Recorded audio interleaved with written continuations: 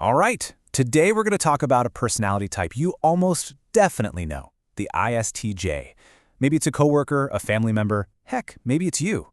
Let's really get into what makes them tick. So let me ask you this. Think about your life, work, family, friends. Are you the one? You know, the person everyone turns to when something absolutely, positively has to get done. And not just done, but done right.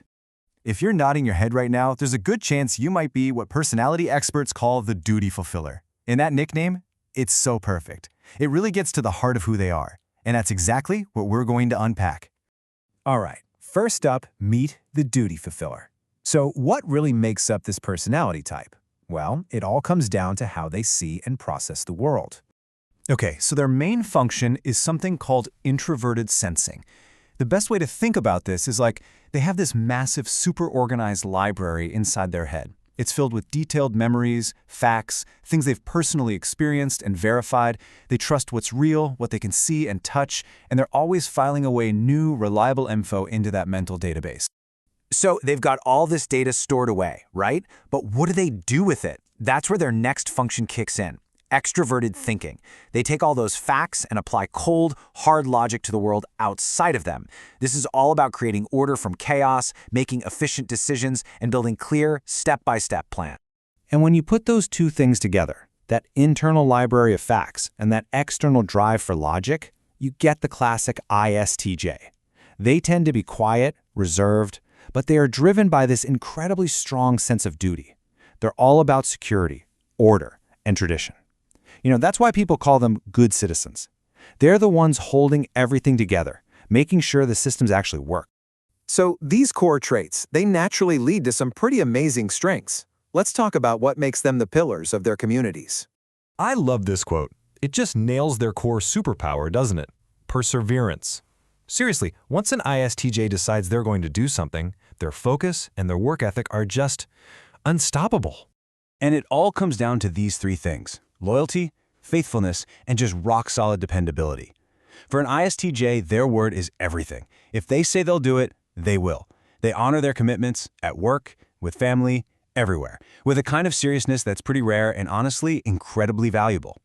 But you have to wonder, right? Can a strength be too strong? What's the flip side of having such an intense sense of duty? What happens when you push that to the breaking point? Well, that brings us right to the hidden challenges, because with any personality type, every single strength has a potential shadow side.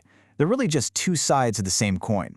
And you can see that so clearly here. That incredible commitment we just talked about, well, it can make it almost impossible for them to say no, and that can lead straight to burnout. And that deep respect for facts and logic, to others, that can look a lot like being rigid or by the book. And because they're so focused on logic, they're not always naturally wired to pick up on the feelings of people around them.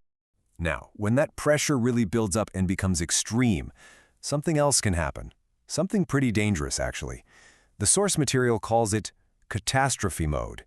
It's this state of intense stress where all their greatest strengths just completely go haywire.